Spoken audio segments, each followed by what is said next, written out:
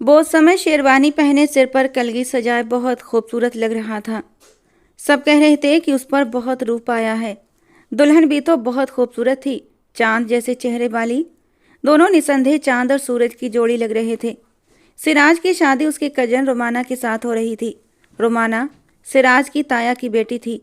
वो बचपन से ही बहुत घमंडी और नकचड़ी लड़की थी। हमेशा सबसे अलग थलग रहती। उसे अपनी खूबसूरती और गोरे रंग पर बहुत घमंड था। मगर एक सिराज था जो उसकी इन सारी कमियों के बावजूद भी उस पर मर मिटा था। रोमाना के आगे सिराज को कुछ और दिखाई नहीं देता था। अपनी चाचा की बेटी सबा की मोहब्बत भी वो नज़रअंदाज कर रहा था, क्योंकि सबा उसकी नज़र में बिल्कुल एक छोटी सी बच्ची थी। सबा भी सिर्फ 18 साल की थी और अच्छाई बुराई के फ़र्क को नहीं जानती थी। सिराज उसकी ओर से मिले इशारों को महसूस कर रहा था और समझ चुका था कि सबा के दिल में उसके लिए कुछ है, मगर वो उसे बच्चा और उसकी मोहब्बत को सिर्फ नादान भावनाएं समझकर नज़रअंदाज करता रहा। और एक बार तो सबा से सब्र न हुआ तो वो उसके सामने आकर खड़ी हुई और बोली, आपको मेरी मोहब्बत नज़र क्यों नहीं आती? सिराज ने थोड़ी देर के लिए उसकी ओर देखा, ऐसी निगाहों से जैसे उसे विश्वास न आया हो, क्योंकि उसे उम्मीद नहीं थी सबा इस तरह अचानक उसके सामने आकर खड़ी होकर अपनी मोहब्बत का इजहार करेगी। उसके अंदर गुस्से की लहर दौड़ी थी, लेकिन फिर भी उसने खुद को रिलैक्स किया और कहा, कैसी बातें कर रही हो तुम?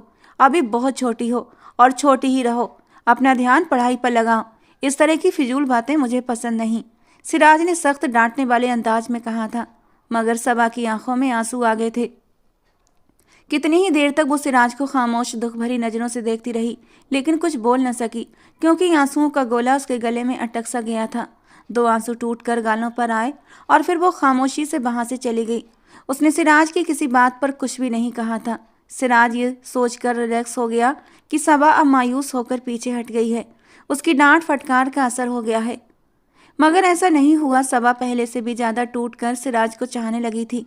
पहले जब वो अपनी मोहब्बत सिराज पर जाहिर करने से डरती थी, लेकिन अब एक बार उसने अपना दिल खोलकर सिराज के सामने रख दिया तो उसकी झिझक निकल गई थी और अब पहले से ज्यादा शिद्दत से अपनी मोहब्बत का इजहार करने लगी थी। कभी कभी सबा का ये जुनून देखकर सिराज भी डर जाता था। वो उसे समझाने की हर मुमकिन कोशिश करता, प्यार से डराकर धमकाकर डांटकर उसने हर तरीका अपनाकर देख लिया था, लेकिन सबा की मोहब्बत धीरे धीरे गलत राह इख्तियार करती जा रही थी। उसने तो जैसे सिराज को पा लेने की जिद ठान रखी थी, बल्कि अब तो उसने सिराज को धमकाना शुरू कर दिया था कि अगर उसने उसे छोड़कर किसी और से शादी की तो वो या तो उस लड़की की जान ले लेगी या खुद अपनी ही जान दे देगी। वो अपनी मोहब्बत को यूं किसी और के हाथों में जाने नहीं देगी, उससे बदनाम कर देगी और उसकी और अपनी इज्जत का तमाशा बना देगी। मगर सिराज उसकी सारी बातों को एक कान से सुनकर दूसरे से निकाल देता, क्योंकि वो जानता था कि सबा सिर्फ जज्बात में आकर ऐसा कह रही है, वरना हकीकत में वो एक डरी सहमी सी लड़की थी।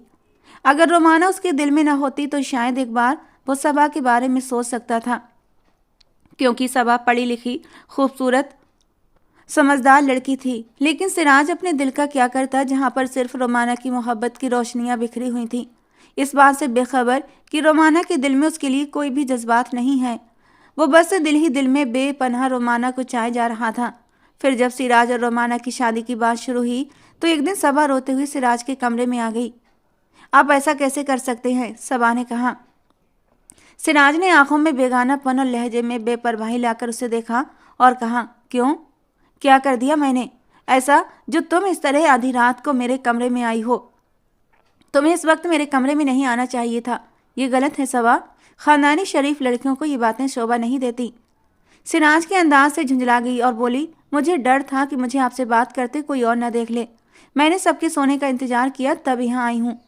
ये शरीफ लड़कियों का तरीका नहीं होता कि आधी रात को किसी गैर लड़के के कमरे में जाएं। तुम अभी और इसी वक्त मेरे कमरे से निकल जाओ और दोबारा ऐसा करने की जुर्रत मत करना, वरना मैं तुम्हारी माँ को सब कुछ बता दूंगा कि तुम किस तरह अपनी मर्यादा और अपनी गैरत को भुलाकर मुझसे मोहब्बत की भीख मांग रही हो, जबकि मैं तुमसे उम्र में 12 साल बड़ा हूँ। मेरे लिए तुम सिर्फ एक छोटी बच्ची हो, इससे ज़्यादा कुछ भी नहीं।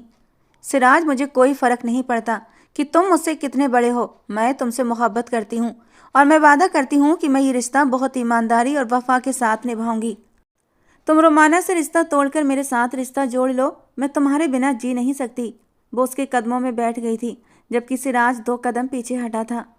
ये क्या कर रही हो सबा? ये सब करना तुम्हें शोभा नहीं देता।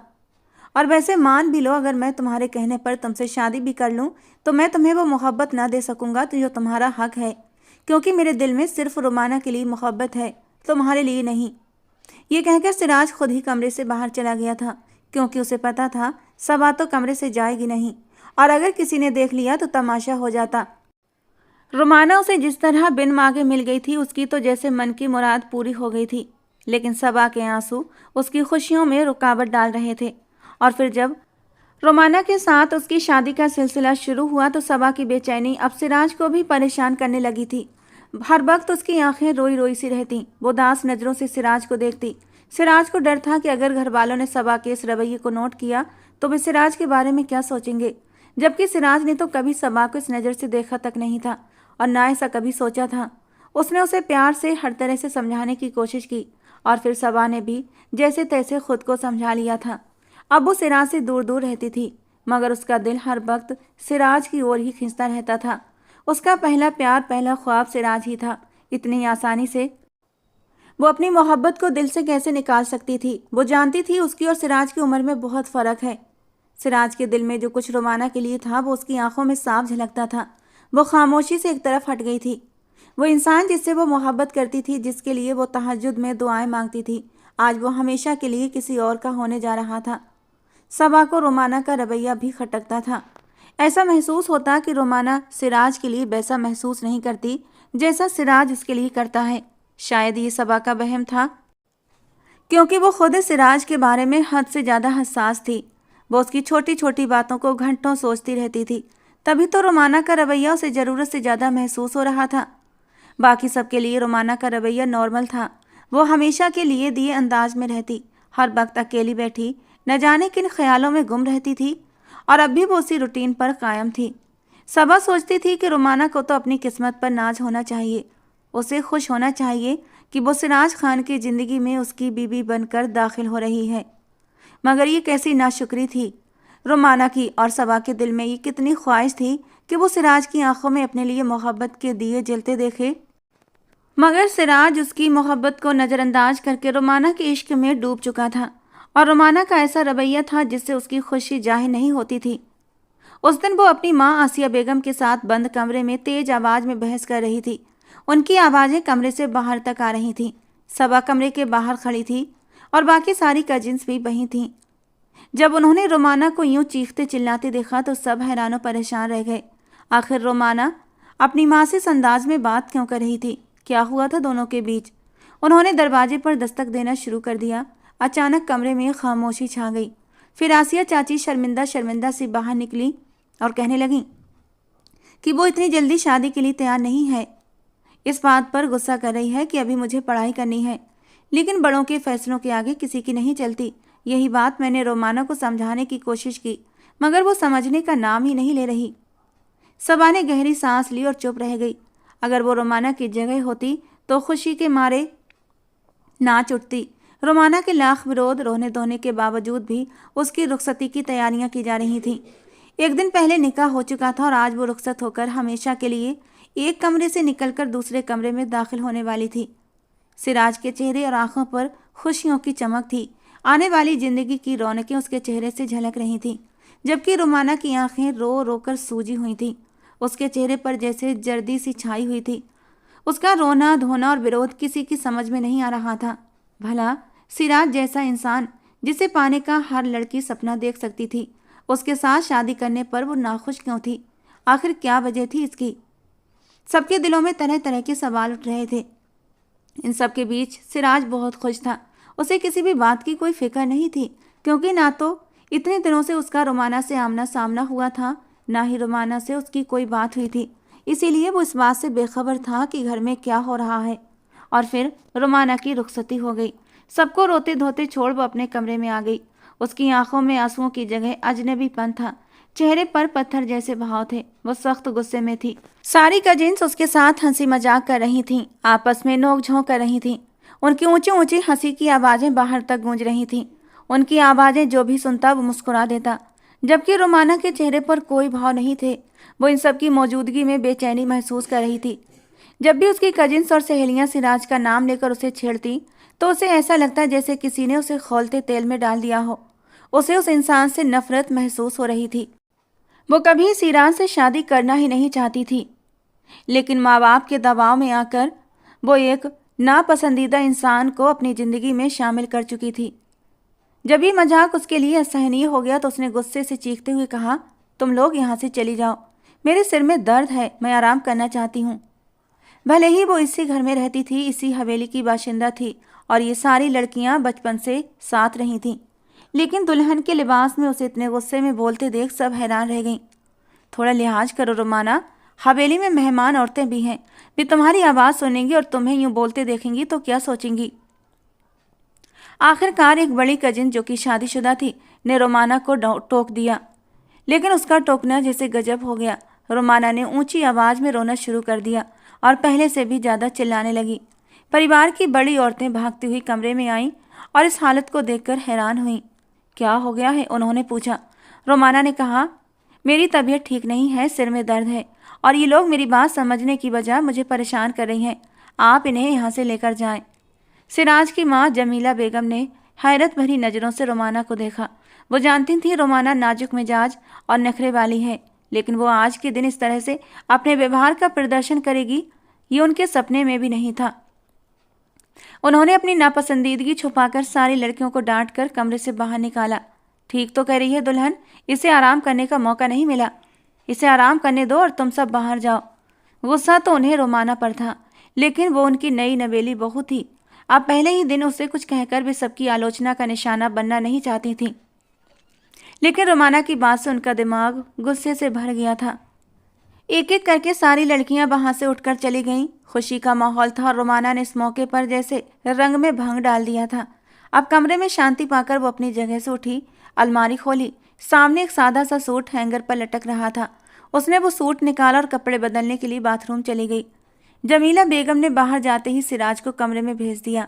उन्होंने कहा कि दुल्हन का दिल घबरा रहा है, अकेले परेशान हो रही है, तुम उसके पास जाओ और उससे बातें करो।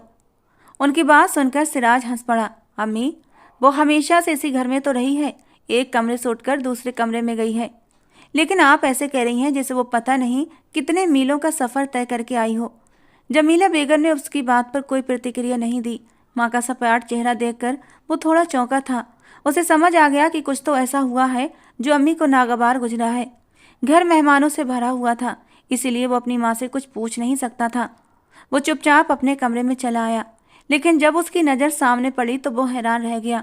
वो तो कुछ और ही सोचकर कमरे में दाखिल हुआ था। आज उसकी शादी की पहली रात थी और उसने तो यही ख्याल किया था कि रोमाना दुल्हन बनी सुहाग की सेज पर बैठी उसका इंतजार कर रही होगी। वो बहुत ही प्यार से उसका घूंघट उठाएगा, उसके माथे को चूमकर अपनी मोहब्बत का पहला एहसास कराएगा। लेकिन कमरे का नज़ारा तो बिल्कुल बदला हुआ था। कमरे में सजी हुई सेज वैसी ही थी जैसे उसके दोस्तों ने कल सजाई थी। सजावट भी बेहद आकर्षक थी, लेकिन वो जिसके लिए ये सब कुछ किया गया था कहीं नजर नहीं आ रही थी। इतना तो सिराज को अंदाजा था कि वो कमरे से बाहर नहीं गई होगी। उसकी नज़र बाथरूम के दरवाजे पर पड़ी। बाथरूम का दरवाज़ा बंद था। उसने ये सोचकर खुद को तसल्ली दी कि वो बाथरूम में होगी, और जब वो बाथरूम से बाहर आई तो उसे देखकर सिराज का मुंह खुला का खुला रह गया। उसने न केवल कपड़े बदल लिए थे बल्कि सारे गहने भी उतार दिए थे और चेहरे से मेकअप भी हटा दिया था।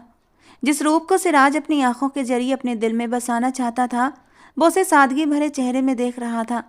वो अपनी जगह से खड़ा हो गया। रोमाना, ये सब क्या है? उसने हैरानी से पूछा। रोमाना ने उसकी तरफ एक तीखी नज़र डाली। क्या? फिर उसी की तरफ सवालिया नज़रों से देखने लगी। सिराज को उसकी लापरवाही पर गुस्सा आया। मेरा इंतजार किए बिना तुमने अपना हुलिया बदल लिया। तुम्हें मेरा इंतजार करना चाहिए था। उसके सख्त अंदाज पर रोमाना थोड़ा घबरा गई, लेकिन फिर खुद को संभालते हुए बोली, मैं थक गई थी। मुझे ऐसे कपड़े पहनने, हैवी मेकअप और गहनों की आदत नहीं है, और इसमें बुरा मानने वाली कौन सी बात है? हर इंसान अपनी मर्जी का मालिक है। शादी होने का मतलब ये नहीं कि इंसान का अपनी पसंद पर अधिकार खत्म हो गया। या फिर आप भी बाकी मर्दों की तरह हैं जो मुझे कैद करना चाहते हैं? तो सुन ले मिस्टर सिराज, मैं कोई परकटी चिड़िया नहीं हूँ जिसे आप अपनी कैद में रखेंगे। गुस्से से कहती वो अपनी उंगली सिराज के सीने पर रखती हुई बोली थी, तो उसके अंदाज पर न चाहते हुए भी सिराज हंस पड़ा था। वो उसके चेहरे को निहारने लगा। मेकअप से साफ चेहरा जिस पर अब भी कहीं कहीं पानी के कतरे मोतियों की तरह चमक रहे थे। नरम गुलाबी होठों पर पानी की कुछ बूंदें ओस की बूंद की तरह महसूस हो रही थीं। गीले बालों की झूलती लट उसके गुलाबी गालों को छू रही थी। ये मनमोहना सा रूप सिराज के दिल को धड़का गया था। सारा गुस्सा जैसे पल भर में हवा हो गया। ऐसी बात नहीं है, तुम जैसे चाहो वैसे रहो, मैं तुम्हें कभी नहीं टोकूंगा, क्योंकि मैंने तुम्हें अपनी जिंदगी में हिस्सेदार बनाने के लिए लाया है। खुद को कुछ और मत समझो, मैं बाकी मर्दों जैसा नहीं हूँ। अगर ऐसा था तो आपकी वजह से मेरी पढ़ाई क्यों छूट गई? हर वो चीज़ जो मैं करना चाहती थी मुझसे दूर हो गई, सिर्फ आपकी वजह से। अगर आप शादी के लिए हाँ न करते तो आज आज मैं आज़ाद होती। आपके नाम की बेड़ियाँ मेरे पैरों में ना पड़ी होती। रोमाना ने जैसे आज ही सिराज के साथ सारे हिसाब किताब पूरे कर लेने थे। वो उसके बेहद करीब खड़ी थी, उससे सवाल जवाब कर रही थी, जबकि सिराज कुछ सुन ही कहाँ रहा था। उसका मन तो रोमाना की खूबसूरती में बहकने लगा था। रात का जादू भी बढ़ता जा रहा था। रोमाना की खूबसूरती सिराज को अपनी ओर खींच रही थी। वो बेसुध सा होकर उसे देखता जा रहा था। रिश्ते के बदलने की मांग भी थी।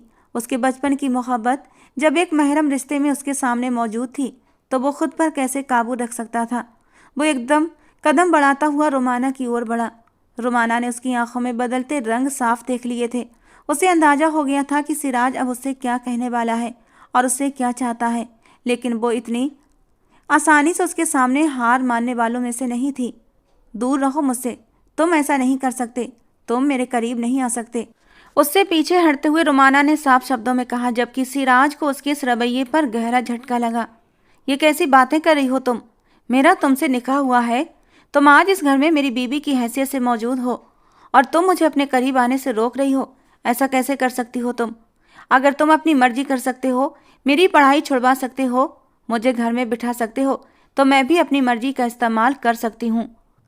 और अगर तुमने मेरे करीब आने की कोशिश की तो मैं शोर मचा दूंगी। खबरदार, अगर तुमने मुझसे अपना हक लेने की कोशिश की। जब तक तुम मेरी बात नहीं मानोगे, मेरी पढ़ाई दोबारा शुरू नहीं कराओगे, तब तक मैं तुम्हारे साथ कोई रिश्ता नहीं बनाऊंगी। सिराज तो हैरानों परेशान रह गया था। देखो रोमाना, मेरी बात समझने की कोशिश करो। मुझे आपकी कोई बात नहीं सुननी। मुझे पता है कि इस वक्त आपके सिर पर हवस का भूत सवार है, जिसे आप सिर्फ मोहब्बत का नाम दे रहे हैं और निकाह के रिश्ते में छिपाने की कोशिश कर रहे हैं, लेकिन हकीकत कुछ और है। यह आपकी हवस है और कुछ नहीं, जो आपको मेरे करीब आने पर मजबूर कर रही है। रोमाना की इतनी गलतफहमी पर सिराज का दिल किया कि वो उसे थप्पड़ लगा दे, लेकिन वो उससे मोहब्बत करता था। ऐसा करने के बारे में सोच भी नहीं सकता था, लेकिन वो अपनी आज की रात खराब भी नहीं करना चाहता था। उसने जरा सा आगे बढ़कर रोमाना को कलाई से पकड़कर अपनी ओर खींचा था। रोमाना शायद बेखबर खड़ी थी, लहराकर उसके सीने से आ लगी, जबकि सिराज इतनी देर में उसे अपनी बाहों में दबोच चुका था। तो मेरी मोहब्बत से यूं बचकर नहीं निकल सकती रोमाना। इन पलों के लिए, तुम्हारी चाहत के लिए, तुम्हारी संगत के लिए मैंने बहुत इंतजार किया है और अब तुम मुझे यूं इनकार नहीं कर सकती। वो उसके चेहरे के हर नक्श को छूता हुआ धीरे धीरे सरगोशी के आलम में बोल रहा था, जबकि रोमाना का दिल तो ऐसा था जैसे पसलियां तोड़कर बाहर आ जाएगा। उसे सिराज से इस तरह जबरदस्ती की उम्मीद नहीं थी। उसने खुद को उसकी बाहों से निकालने की हर मुमकिन कोशिश की, लेकिन सिराज की बाहों का शिकंजा बहुत मजबूत था और जैसे ही सिराज ने अपने होंठ उसकी गर्दन पर रखे थे तो रोमाना के होंठों से एक दिल दहला देने वाली चीख बुलंद हुई थी, बचाओ बचाओ। जबकि उसके चीखने पर सिराज तो हड़बड़ा गया था। पागल हो गई हो? इस तरह क्यों चीख रही हो? बाहर मेहमान भरे पड़े हैं, किसी ने सुन लिया तो वो क्या सोचेंगे हमारे बारे में? मुझे कोई फर्क नहीं पड़ता कि लोग क्या सोचेंगे। अगर तुमने मुझे आज़ाद नहीं किया और ज़बरदस्ती की तो मैं चीखना यूं ही जारी रखूंगी। तुम ऐसा कुछ भी नहीं करोगी, मैं ऐसा जरूर करूंगी। ये कहकर उसने दोबारा से चीखना शुरू किया था, जबकि सिराज ने उसके होंठों पर हथेली जमाई थी। लेकिन रोमाना की ये चीखें घर वालों ने सुन ली थीं। वो दौड़ते हुए सिराज के कमरे के बाहर खड़े हो गए थे और अब दरवाज़ा पीट रहे थे। सिराज ने जल्दी से रोमाना को छोड़ा था और खून भरी नज़रों से उसे घूरता हुआ दरवाज़ा खोल दिया। क्या हुआ सिराज? रोमाना इस तरह चीख क्यों रही थी? सब बड़े परेशान से खड़े थे, जबकि सिराज और रोमाना के हम उम्र कजिन्स के लबों पर शरारती मुस्कान थी। सिराज का एक कजिन, जो कि उसका बहुत अच्छा दोस्त भी था, उसके पास आया और धीरे से उसके कान में कहने लगा, यार मानता हूँ तुम रोमाना से बहुत मोहब्बत करते हो, लेकिन अपने जज्बातों पर काबू रखना था। ओ शटा पादिल, बेकार की बात मत करो। सिराज का चेहरा भी शर्मिंदगी से लाल हो रहा था। घर वाले कुछ और ही समझ रहे थे। अम्मी कुछ भी नहीं है, बस रोमाना कॉकरोच से डर गई थी, लेकिन कॉकरोच अब भाग गया है। अब सब कुछ ठीक है। आप लोग अपने अपने कमरों में जाएं और आराम करें। जबकि सब लोग सुकून का सांस लेते हुए वापस लौट चुके थे। सिराज गुस्से से गेट बंद करता हुआ रोमाना की ओर खूंखार अंदाज में बढ़ा था, जबकि रोमाना ने उंगली उठाते हुए उसे वार्न किया था, अगर तुम मेरे दोबारा से करीब आए तो मैं फिर से चीखूंगी। और सिराज अपने कदम वहीं रोक गया था। बड़ी ही बेशरम लड़की हो, तुम्हें ना खुद अपनी इज्जत का ख्याल है और ना ही मेरी। गुस्से से बड़बड़ाता हुआ वो रोमाना को घूर रहा था। रोमाना कनखियों से सिराज के चेहरे के भाव देख रही थी कि उसकी बातों का असर हुआ या नहीं। वो अभी कुछ सोच रहा था। सिराज बिस्तर की ओर बढ़ा, तकिया उठाया और सोफे पर जाकर लेट गया। रोमाना ने गहरी सांस ली थी। उसका अंदाज बिल्कुल सही साबित हुआ था। सिराज उसके करीब नहीं आया और आज की रात वो सुकून के साथ सोच सकती थी कि आगे क्या करना है। सिराज के खर्राटे थोड़ी ही देर में कमरे में गूंजने लगे। रोमाना ने सावधानी से अपना मोबाइल निकाला, लॉक खोला तो उसमें कैफ की ढेर सारी मिस्ड कॉल थी जो उसकी बेचैनी को बयान कर रही थी। जब रोमाना ने उसे मैसेज किया तो सैफ का उसी वक्त जवाब मोबाइल की स्क्रीन पर चमका। उसने तुम्हें छुआ तो नहीं, तुम्हारे करीब तो नहीं आया? रोमाना ने झट जवाब टाइप किया। मैंने उसे करीब आने से रोक दिया था। तब वो गुस्से में सोफे पर जाकर सो गया। सैफ को बेइंतहा खुशी हुई थी। उसे तब से इसी बात की चिंता थी कि सिराज रोमाना से अपना हक जरूर लेगा, वो ऐसे उसे कैसे छोड़ देगा। लेकिन जब रोमाना ने सैफ के साथ पूरी रात बात की तो सैफ को यकीन हो गया था कि रोमाना अभी भी उसी की है, अनछुई और उसी की मोहब्बत पर कायम। सिराज के साथ निकाह के बोल रोमाना पर कोई असर न कर सके, वे उसके दिल को पिघला न सके। वो अब भी कैफ के साथ अपनी मोहब्बत पर अड़ी हुई थी। अगले दिन सिराज ने मुश्किल से अपने चेहरे पर मुस्कान सजाई थी, लेकिन उसका दिमाग कुछ और ही ताने बाने बन रहा था। उसने सोच लिया था कि रोमाना के साथ क्या करना है, उसे कैसे संभालना है और उसे कैसे पेश आना है। वो उसकी मोहब्बत थी, उसकी बीवी थी और वो इतनी आसानी से अपने हक से पीछे नहीं हट सकता था।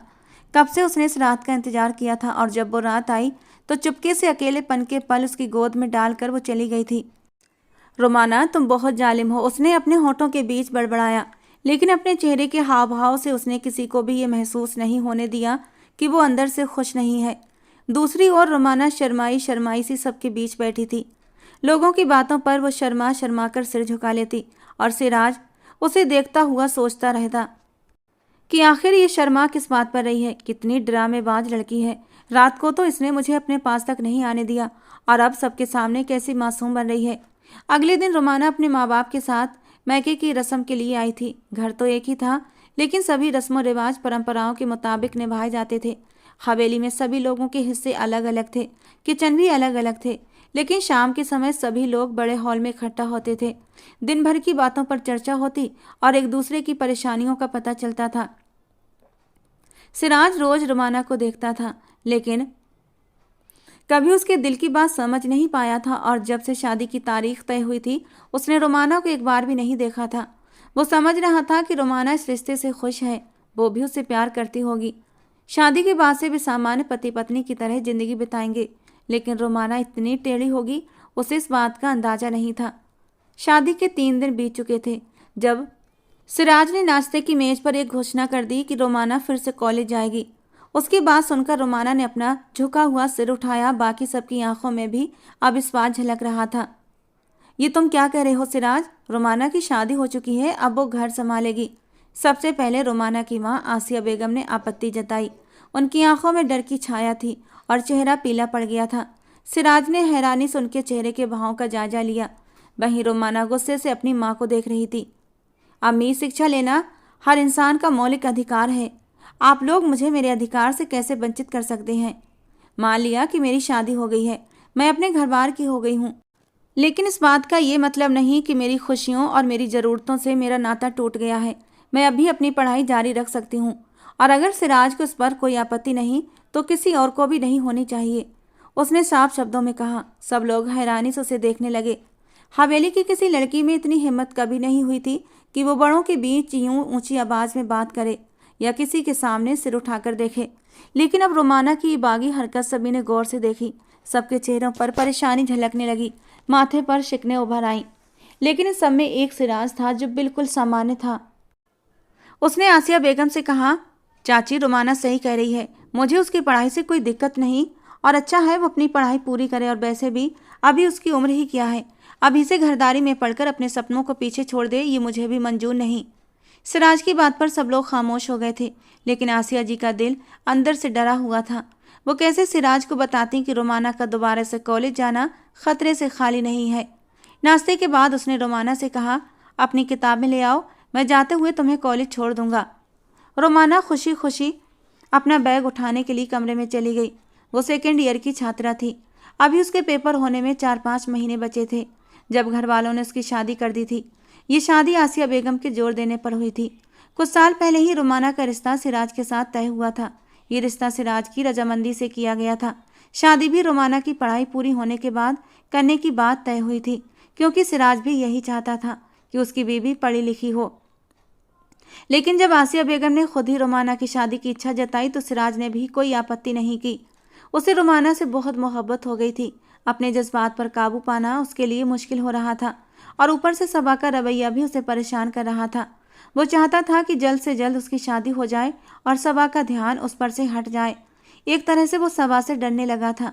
उसकी गुस्से से भरी निगाहें और जज्बात का पागलपन सिराज को डरा रहे थे। थोड़ी ही देर में रोमाना तैयार होकर आ गई। वो बहुत खुश लग रही थी। खुशी उसकी हर अदा से झलक रही थी। चेहरा जैसे खिल उठा था। सिराज उसे देखता रह गया। तुम बहुत खूबसूरत हो, बहुत मासूम, बहुत हसीन। दिल करता है तुम्हें देखता ही रहूं, वो बेखुदी में बोला, जबकि रोमाना इसके अंदाज पर शर्मिंदा हुई थी, क्योंकि आसपास सभी लोग थे। सभी ने सिराज की इस दीवानगी को नोट किया था। रोमाना शर्मिंदा और खिसियाई हुई थी। उसे सिराज की दीवानगी एक आंख नहीं भाई थी। वो तो सैफ से प्यार करती थी, उसी के साथ शादी करना चाहती थी। लेकिन ये सिराज, उसने गुस्से भरी नज़र अपनी माँ पर डाली। यही तो थी जो उसे कैफ से दूर करने की वजह बनी और सिराज से शादी पर जोर दिया।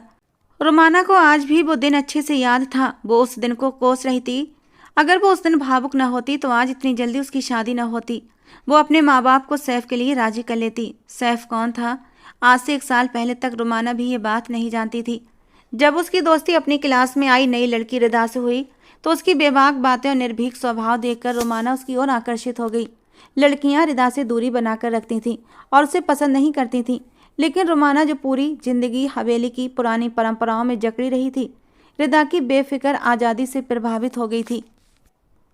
उसे हमेशा से ऐसी लड़कियां पसंद थीं जो तितलियों की तरह उड़ती हुई लगें। रिदा वैसी ही थी जैसी बनने की रोमाना तमन्ना रखती थी। यही वजह थी कि वो उसकी ओर खींचती चली गई। रिदा ने ही रोमाना की मुलाकात सैफ से करवाई थी। सैफ रिदा का दोस्त था और उनके घर के पास ही रहता था। सैफ ने रोमाना को बताया कि उसके पापा का बहुत बड़ा व्यापार है, उनके घर में नौकर चाकर हैं, उनका बहुत बड़ा सा घर है और उस बड़े से घर में मैं तुम्हें किसी शहजादी की तरह रखूंगा। रोमाना उसकी बातों के जादू में बंधी चली गई। कॉलेज जाने के बीच उसने जिद करके अपने लिए एक मोबाइल फ़ोन ले लिया। हालांकि आसिया बेगम को ये बात बिल्कुल पसंद नहीं थी। उनका मानना था कि एक जवान लड़की के पास अलग से मोबाइल नहीं होना चाहिए। लेकिन जब रोमाना ने तर्क दिया कि कॉलेज में सभी लड़कियों के पास मोबाइल है और ये आजकल की ज़रूरत है, तो राशिद साहब ने उसे मोबाइल दिलवा दिया। आसिया बेगम उस पर नज़र रखती थीं कि वो क्या करती है, किससे बात करती है, लेकिन न जाने कैसे उनकी नज़रें चूक गईं और रोमाना गलत रास्ते पर चल पड़ी।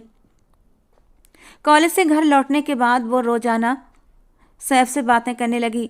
उसकी बातों का जादू उसे पूरी तरह अपनी गिरफ्त में ले चुका था। रोमाना भूल चुकी थी कि वो किस खानदान की बेटी है, किसकी मंगेतर है और उसके माता पिता ने उसे कॉलेज क्यों भेजा है। सैफ उसकी मासूमियत का फ़ायदा उठा रहा था। वो जानबूझकर उसे तड़पाता। जब तक वो उसे ढेरों मैसेज और कॉल न करती, सैफ उससे बात नहीं करता। यही रवैया रोमाना को पागल कर रहा था, लेकिन वो उसके जाल में फंसती जा रही थी। एक दिन सैफ ने उसे बाहर निकलने का दबाव डाला। उसने कहा, रोमाना, एक बार मुझसे बाहर आकर मिल लो। यकीन मानो तुम्हें इतने खूबसूरत पल मिलेंगे जो तुम सारी ज़िंदगी नहीं भूलोगी। लेकिन रोमाना घबरा गई। उसने कहा, पापा खुद मुझे कॉलेज छोड़ने और लेने आते हैं, मैं ऐसा नहीं कर सकती। सैफ उसकी बातों से नाराज़ हो गया। सैफ लड़कियों को अपने इशारों पर नचाने में माहिर था और रोमाना अब उसकी कठपुतली बन चुकी थी। उस दिन सैफ ने रोमाना की कॉल और मैसेज का कोई जवाब नहीं दिया। रोमाना तड़पने लगी। वो रोते हुए बार बार उसे कॉल कर रही थी, लेकिन सैफ ने कोई कॉल नहीं उठाई। उसने सोचा कि किसी दूसरे नंबर से कॉल करती हूँ, शायद सैफ तब उससे बात कर ले। ये सोचकर वो ड्राइंग रूम में आ गई और बाहर रखे लैंडलाइन फ़ोन से सैफ को कॉल की और रोते हुए बोली, प्लीज़ मेरी कॉल तो उठाओ, मुझसे बात कर लो, मैं तुमसे बहुत प्यार करती हूँ, तुम्हारे बिना मैं मर जाऊँगी। रोमाना ये सब कहते हुए भूल गई थी कि वो इस वक्त अपने कमरे में नहीं बल्कि ड्राइंग रूम में है। वहीं पास में आसिया बेगम और राशिद साहब का कमरा था। फ़ोन उनके कमरे के दरवाजे के पास ही रखा था। तभी उसे अपने पीछे किसी की मौजूदगी का एहसास हुआ। उसने मुड़कर देखा तो आसिया बेगम खड़ी थीं। उनकी आंखों में अविश्वास और गुस्से के मिले जुले भाव थे। रोमाना अपनी माँ को देखकर दंग रह गई। अम्मी, मैं अपनी सहेली से बात कर रही थी, उसने घबराते हुए कहा। लेकिन आसिया बेगम एक कदम आगे बढ़ी और एक जोरदार थप्पड़ उसके चेहरे पर जड़ दिया। तुम्हें जरा भी शर्म नहीं आई ये हरकत करते हुए? क्यों तुमने अपने परिवार की इज्जत को दांव पर लगा दिया? कौन है वो लड़का जिससे तुम बात कर रही हो? आसिया बेगम उसे पकड़कर अपने कमरे में ले गईं और बुरी तरह पीटने लगीं। रोमाना उनसे खुद को छुड़ाने की कोशिश करती रही, लेकिन आसिया बेगम का हाथ रुकने का नाम नहीं ले रहा था। यही दिन देखने के लिए तुम्हें पढ़ाया लिखाया, तुम्हें कॉलेज भेजा ताकि तुम हमारी इज्जत का तमाशा बना दो। क्यों किया तुमने ऐसा? आसिया बेगम मारते मारते थक गई थीं तो एक कोने में बैठकर रोने लगीं। रोमाना भी रोते हुए बोली, अम्मी, मैं सैफ से प्यार करती हूँ, उसके बिना नहीं रह सकती। जब उसके माता पिता यहाँ आएंगे तो आप लोग मेरी शादी उससे कर दीजिएगा। मैं उसके अलावा किसी और से शादी करने के बारे में सोच भी नहीं सकती। ये सुनकर आसिया बेगम फिर से भड़क उठीं। तुम्हारी हिम्मत कैसे हुई ऐसी बातें अपने मुंह से निकालने की? तुम सिराज खान की मंगेतर हो, तुम्हारी शादी उससे होने वाली है। खबरदार, अगर तुमने किसी और लड़के का नाम भी लिया, मैं तुम्हारे अब्बा और बाकी सब लोगों से कहकर तुम्हारी सिराज के साथ रुखसती करवा दूंगी।